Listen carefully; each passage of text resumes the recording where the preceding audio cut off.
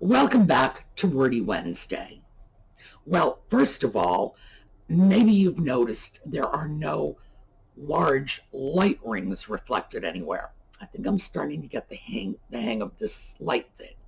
I've got the light over here at an angle going back this way toward that painting.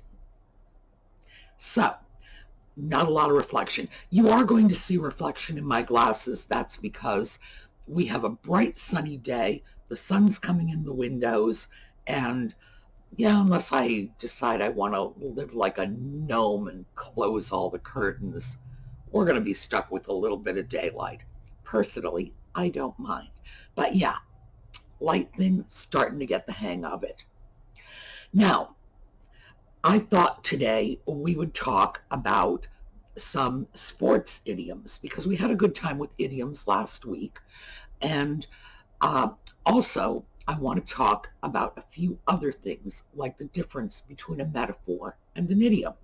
So, we'll get right into it when we come back.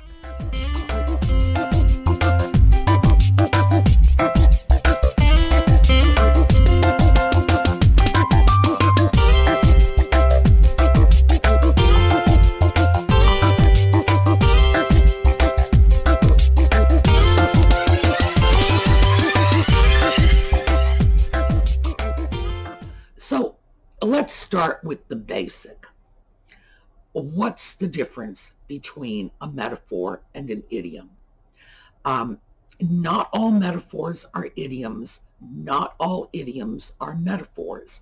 But there is a huge amount of overlap to the point where scholars, linguists will say, is there a stage at which a metaphor becomes so commonplace that it's an idiom and not a metaphor?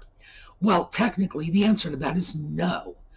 If an idiom is a metaphor, it doesn't stop being a metaphor simply because it's come into such common usage that it has become idiomatic. No. So, easy answer for that question. So, what is the difference? A metaphor is when we take what we know about one situation, and we're going to discuss sports idioms today, so let's just use that. When we take what we know about the world of sports and apply it to another context in order to express something that our audience, and that could be, your mother if you're talking to one person, a whole group of people if you're writing. We take what they know about sports to make them understand what we are saying about business, about family dynamics, about hanging out the laundry, whatever. And that is a metaphor. A metaphor has a purpose, and that purpose is to take our concepts about one subject and superimpose it onto a new subject, creating a kind of shorthand. An idiom, however, is an expression that has become so commonplace that we use it in place of a full explanation of what we're trying to say. Again, a form of shorthand. So some metaphors can become so commonplace that they become idioms. Not all. Let me give you an example.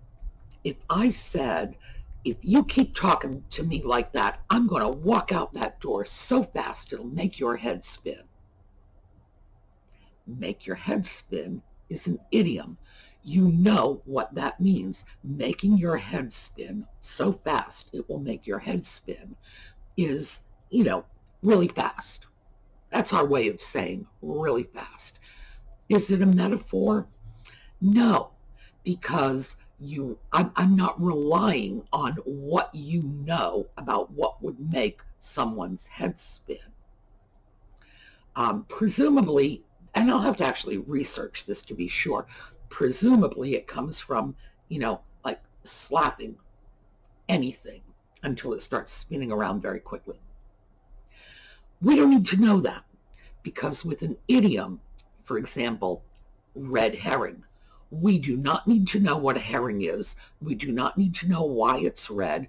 We do not need to know that it was originally used to train hunting horses and was mistakenly applied to hunting dogs. All we need to know is when I say red herring, I'm saying a distraction, a diversion, a false lead. That's an idiom, because I'm not relying on your knowledge of hunting to express the situation. So fast it'll make your head spin is an example of an idiom rather than a metaphor. Same with red herring, idiom rather than metaphor. Now, a metaphor that's not an idiom, same thing. If you keep talking to me like this, and I'm going to stick with sports because that's where my mind's at today. You keep talking to me like this, I am going to walk out that door faster than Yastrzemski can throw to Fisk.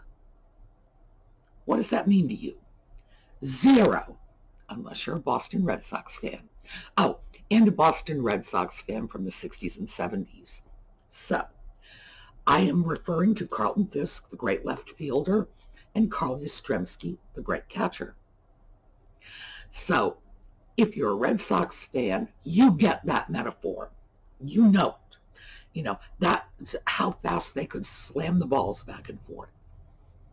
But it's not an idiom because it means nothing to anyone other than a member of this select group of Red Sox fans. So, in that sense, not all idioms are metaphors, not all metaphors are idioms. What we're going to talk about today when we get into our sports idioms is metaphors, taking the world of sports and bringing it into other aspects of our lives. So these are both metaphors and idioms, hence all of this involved explanation. But it doesn't necessarily have to be little discrete sentences. You can create a whole cluster of metaphors. And let's start with, okay, you're at a business meeting. Business is a jungle. Commerce is a jungle. Let's stick with that as our concept. So, how do we follow up on that? Well, you hunt down your business leads and you target your prospects and you shoot down their objections, and then you make that sale and get it in the bag, and then that company, the new client, becomes the trophy for your business. All hunting metaphors, big game hunters. So, let's take that same business as a jungle. You got to keep your eye on the ball. Everybody's got to play as a team. You've got to zero in on your prospects, and bada bing, bada boom. You just slap the ring on their finger and they're married to your company for life. I personally never thought I could mix that many metaphors in such a short period of time. But we started off by saying we had a jungle, and then we brought in that, and that's the hunting metaphor.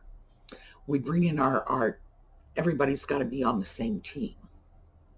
That's a sports metaphor. Got to keep your eye on the ball. Another sports metaphor. Zero in on your target. That's a military metaphor. Bada bing, bada boom. I even got a mafia metaphor in there. And then a marriage metaphor. Slap the ring on their finger. They're yours for life. I'm proud of getting a mafia metaphor in there. That is a mixed metaphor.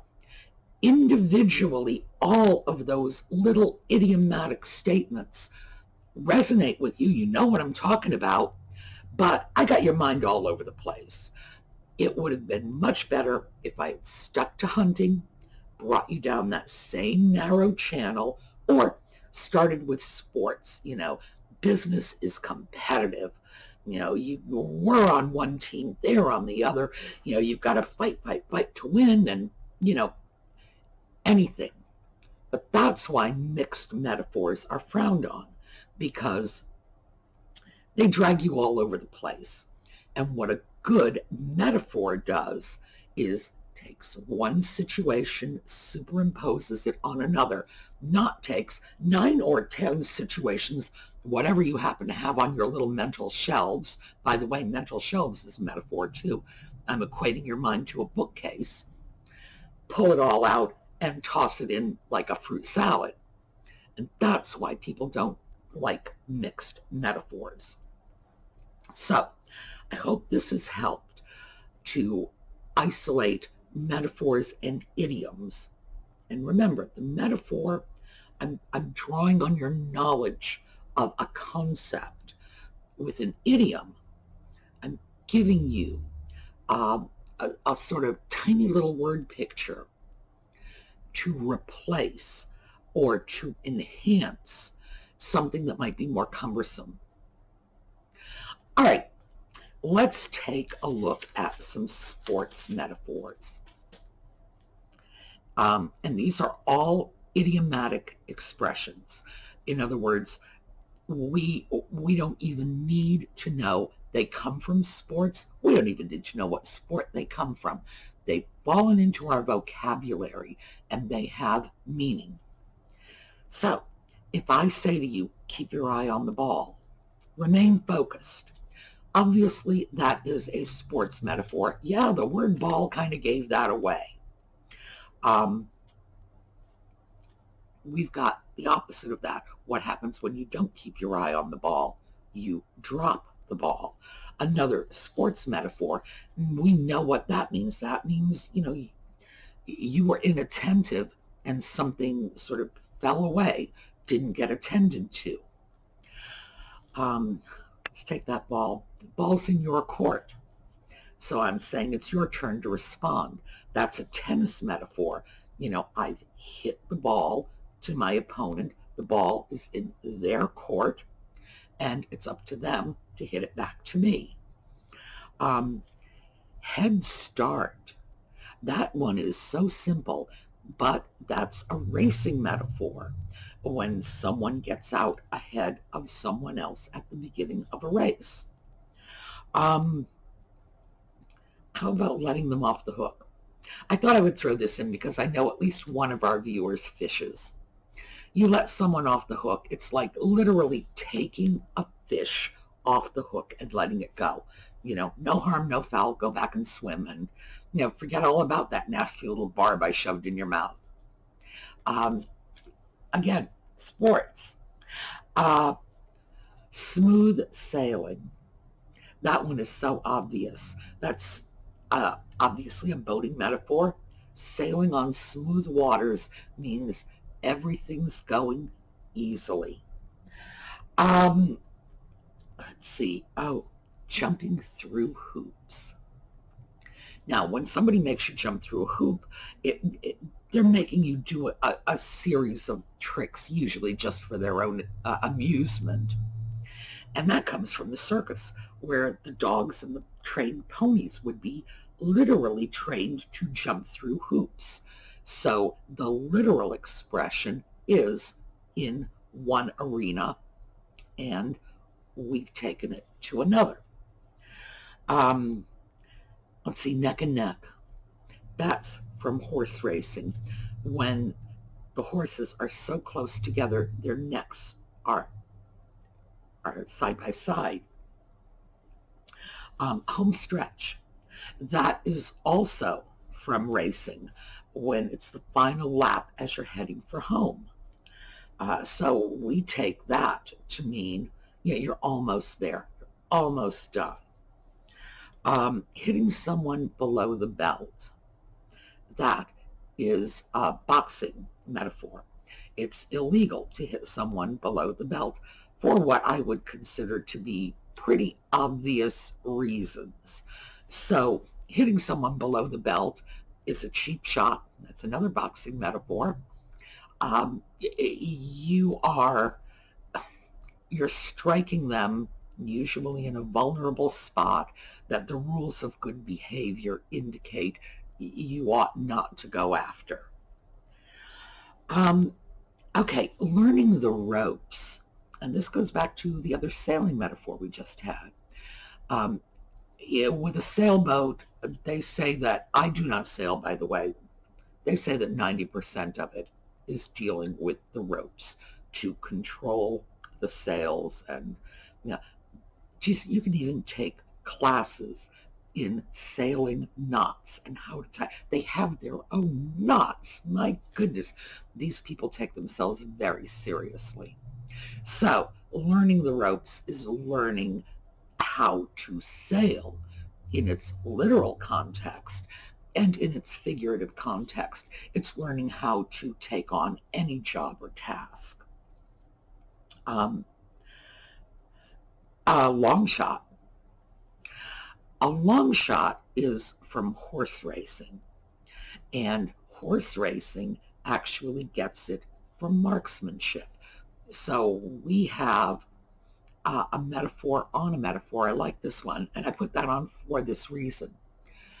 A long shot obviously is a difficult shot. You make it from a great distance. No one expects that you're actually going to make it, but boy, when you get that long shot in, everybody's cheering. It comes from horse racing. When they applied that marksmanship metaphor to horse racing, it was a horse that wasn't expected to win.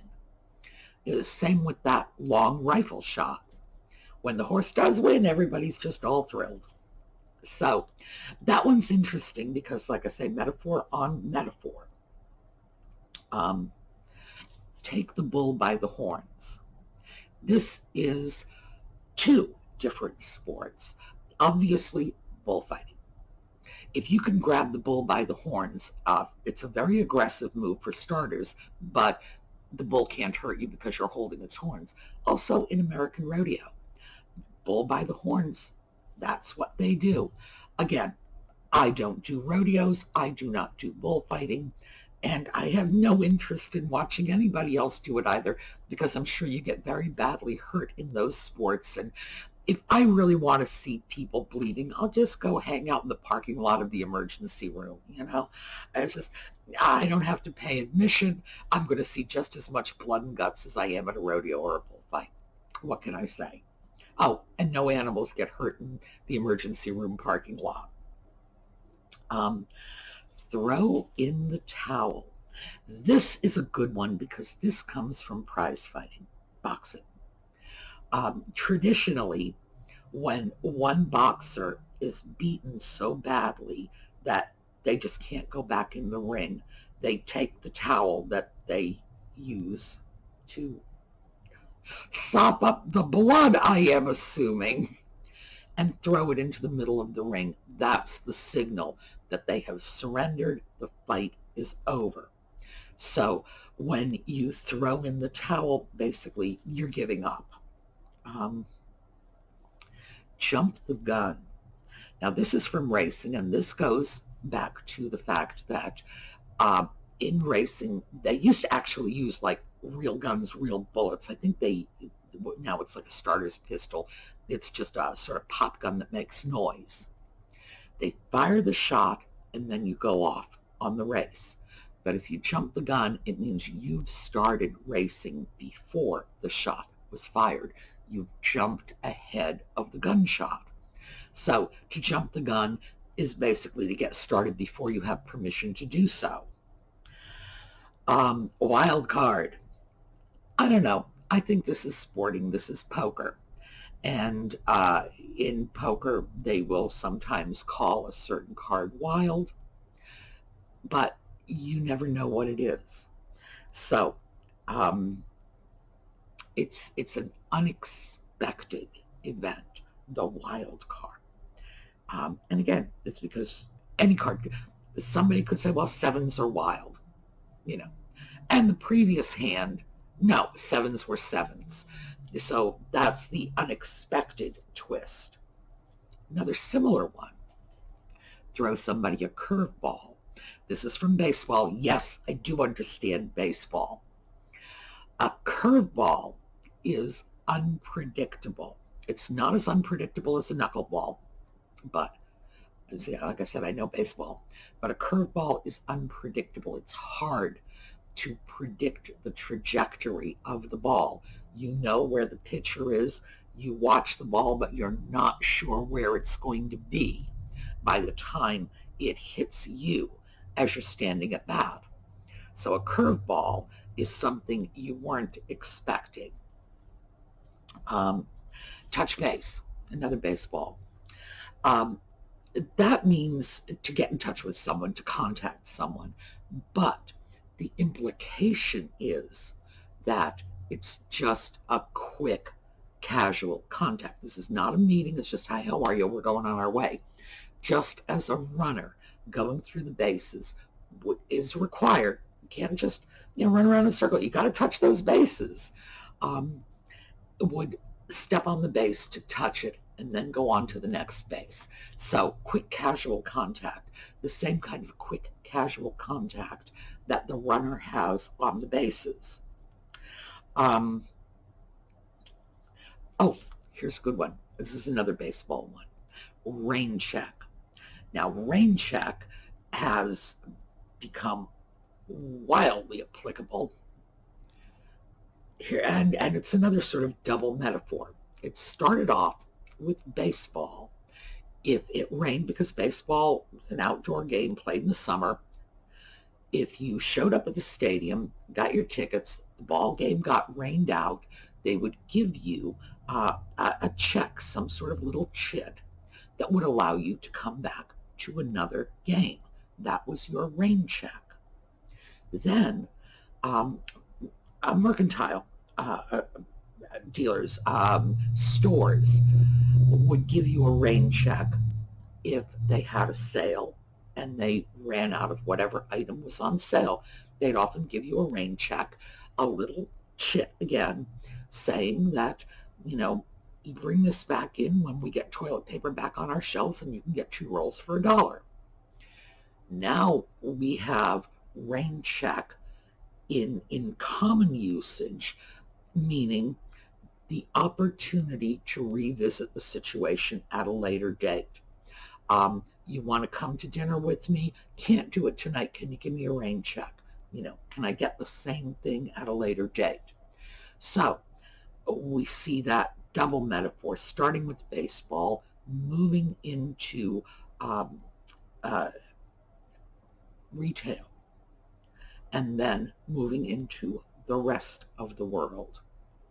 So I thought it would be fun to look at. By the way, that is just a tiny amount of sports metaphors.